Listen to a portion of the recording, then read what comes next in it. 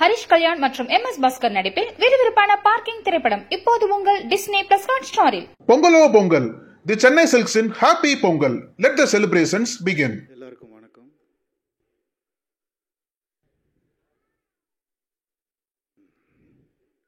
எல்லாம் இறந்தப்புறம் கடவுளாயிடுவாங்கன்னு சொல்லுவாங்க. ஆனால் சில பேர் தான் வாழும் போதே கடவுளாக இருப்பாங்க. அப்படிப்பட்ட ஒருத்தர் தான் இவர். நிறைய அனுபவங்கள் அவருக்கு என் கூட, அது நானே வச்சுக்கிறேன். ஷேர் பண்ண கூட எனக்கு தோண மாட்டேங்குது. ஆனால் அவர் நிறைய நமக்கு ஷேர் பண்ணியிருக்காரு. நம்மக்கிட்ட எவ்வளவோ விட்டுட்டு போயிருக்காரு நமக்காக. அந்த நல்ல விஷயங்களை எனக்கு ஒரே ஒரு ரிக்வெஸ்ட் தான், ஸ்கூல் பாட புத்தகங்களில் கேப்டனை பற்றி வரணும்.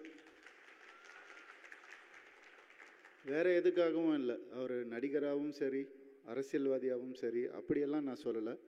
மனிதன் எப்படி இருக்கணும் அப்படின்னு ஒரு சின்ன ஒரு டாபிக், நல்லா வாழ்ந்தால் இப்படி இருப்பாங்க, மக்கள் மனசில் வச்சுப்பாங்க ஒரு மனுஷனை அப்படின்னு எடுத்து சொன்னாலே போகிறோம். அண்ட்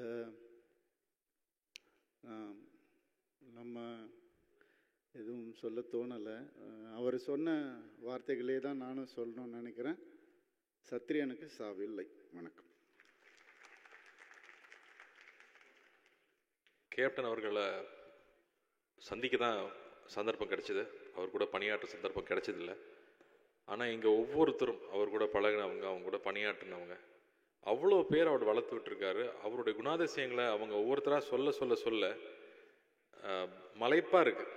நம்ம சரித்திரத்துலேயும் ஹிஸ்ட்ரியிலையும் தான் அந்த மாதிரி மக்கள் இருப்பாங்கன்னு படிச்சிருக்கோம். அப்படி உண்மையாகவே நம்ம கூட வாழ்ந்த ஒருத்தர் கேப்டன் அவர்கள்னு நினைக்கும் போது அவ்வளோ சந்தோஷமாக இருக்குது, அவ்வளோ பெருமையாக இருக்குது. அவர் இருந்த தமிழ் சினிமாவில் நாமளும் இருக்கோம் அப்படிங்கிறது ரொம்ப பெருமையாக இருக்குது. இங்கே நடிகர்கள் எப்படி நடந்துக்கணும், எப்படி அன்பாக இருக்கணும் அப்படின்னு அவர் வாழ்ந்து காமிச்சது வந்து இப்போ இனிமேல் நாங்கள் வாழ்கிற வாழ்க்கைக்கு ஒரு மிகப்பெரிய முன்னுதாரணமாக நான் எடுத்துக்கிறேன். ஒவ்வொரு விஷயம் பண்ணும்போதும் அவரை மனசில் நினச்சிட்டு பண்ணணும்னு ஆசைப்பட்றேன். ஒரு மனிதன் முற்றும் அன்போட,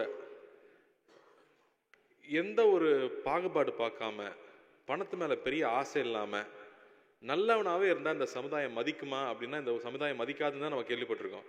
ஆனால் அப்படி ஒருத்தர் இருந்தால் மக்கள் எப்படி கொண்டாடுவாங்கன்னு அவர் வாழ்ந்து காமிச்சிட்டு போயிட்டார் நமக்கு. அதுதான் மிகப்பெரிய உதாரணம். மறுபடியும் மனிதன் மேலேயும் சமுதாயத்து மேலேயும் நம்பிக்கை வர்றது அதில் தான். அவரை இப்படி மக்கள் கொண்டாடி நமக்கு இப்படி வாழ்ந்தால் இப்படி மரியாதை கிடைக்கும்னு நமக்கு எடுத்து காமிச்சிட்டு போயிருக்காரு. கேப்டன் அவர்கள் நிர்வாகத்தன்மையை பற்றி நிறைய பேர் பேசி கேள்விப்பட்டுட்டே இருக்கோம். எங்களுக்கெல்லாம் ரொம்ப அனுபவம் இல்லாமல் புதுசாக அதுக்குள்ளே வந்து ஒவ்வொரு நாள் கற்றுக்குறோம். ஒரு ஒரு ஒரு நிகழ்ச்சி நடத்தினா எப்படி ஃபுட் ஆர்கனைஸ் பண்ணுறது, எப்படி அவங்களை நல்லபடியாக ரூமில் கொண்டு போய் சேர்க்கறது, நல்லபடியாக அவங்கள ஃப்ளைட் ஏற்றி திருப்பி அனுப்புறதுன்னு 2 ஷோ பண்ணும்போது ஒவ்வொரு நாளும் கேப்டன் அவர்களுடைய எப்படி கவனிச்சிட்டாருன்னு வந்த ஆர்டிஸ்ட்லாம் சொல்லிகிட்டே இருப்பாங்க. அப்போ நம்ம இன்னும் பெட்டராக பண்ணோம், கேப்டன் அளவுக்கு பண்ணணும்னு எங்களுக்கு ஒரு பெரிய ஒரு பெஞ்ச் மார்க் அவர் செட் பண்ணிட்டாரு. கேப்டன் அவர்கள் இதுக்கு எங்களுக்கு செட் பண்ணியிருக்க பெஞ்ச் மார்க்கை மீட் பண்ணுறதுக்கு நாங்கள் இன்னும் நிறையா உழைக்கணும்னு எனக்கு தெரியுது. இங்கே எல்லாருமே ஒன்று சேர்ந்து ஒரு நல்ல அன்போடு எல்லாரும் பேசுகிறதே அவருடைய ஆசீர்வாதம்னு நினைக்கிறேன். அவர் ஆசீர்வாதத்தை சீக்கிரம் கட்டிட முடியும்னு நான் நம்புகிறேன். கேப்டன் அவர்கள் வந்து இது தராதரம் பார்க்காம பழகியிருக்காரு. இங்கே இருக்கிற சின்ன ஆட்கள்லேருந்து பெரியவங்க வரைக்கும் அவரை பற்றி நல்லது மட்டுமே சொல்கிறாங்க. ஒரு ரூமில் உட்காந்துருந்தாங்கன்னா அங்கே அவரும் தரையில் உட்காந்துருப்பாரு, கூட டைரக்டர் ப்ரொடியூசர் உட்காந்துருப்பாரு, அசிஸ்டன்ஸ் உட்காந்துருப்பாங்க. எல்லாரும் ஒரே தளத்தில் உட்கார வச்சு பார்க்கறது என்னால் நான் நினச்சி கூட பார்க்க முடியல. அப்படி ஒருத்தர் இருந்திருக்க முடியுமாங்கிறது அது ஒரு பெரிய உதாரணமாக நான் எடுத்துக்கிறேன். அவர் வாழ்ந்த வாழ்க்கையை இருந்து பார்க்கும்போது ஒரு தடவை ஈவெண்ட்டை முடிச்சுட்டு ரயிலில் திரும்பி வந்துட்டு இருந்திருக்காங்க மதுரையிலேருந்து. வந்ததுக்கப்புறம் தான் தெரிஞ்சிருக்கு யாருமே சாப்பிடலன்னு. ட்ரெயினை நிப்பாட்டுன்னு சொல்லி நிப்பாட்டி 1/2 hourல எல்லாருக்கும் பரோட்டாலேருந்து பிரியாணி வந்திருக்கு. எப்படி அவர் அந்த 1/2 hourல ஆர்கனைஸ் பண்ணியிருப்பாருன்னு இப்போ நான் யோசிச்சு பார்க்குறேன். ட்ரெயினில் இருக்கிற அத்தனை பேருக்கு எப்படி இந்த சாப்பாடு எங்கேருந்து வரும்? ரசிகர் மன்றத்திட்ட சொன்னாரா, எங்கே சொன்னார், எந்த கடையில் சாப்பாடு வாங்கிட்டு வந்தாங்க? அவ்வளோ ஆச்சரியமாக இருக்குது எப்படி அதை அவர் பண்ணாருன்னு. அப்போ அதுக்கு எவ்வளோ முக்கியத்துவம் கொடுத்துருக்காரு. அவர் ஒரு தடவை காயப்பட்டிருக்காரு. அந்த மாதிரி யாருமே காயப்படக்கூடாதுன்னு நினைக்கிறது எவ்வளோ பெரிய மனசு. கேப்டன் அவர்களுடைய நினைவை இங்கே நம்ம எல்லாரும் சேர்ந்து அவரை வந்து கொண்டாடிக்கிட்டு இருக்கோம் அப்படிங்கிறது எங்களுக்கு ஒரு பெரிய பாக்கியமாக நான் நினைக்கிறேன்.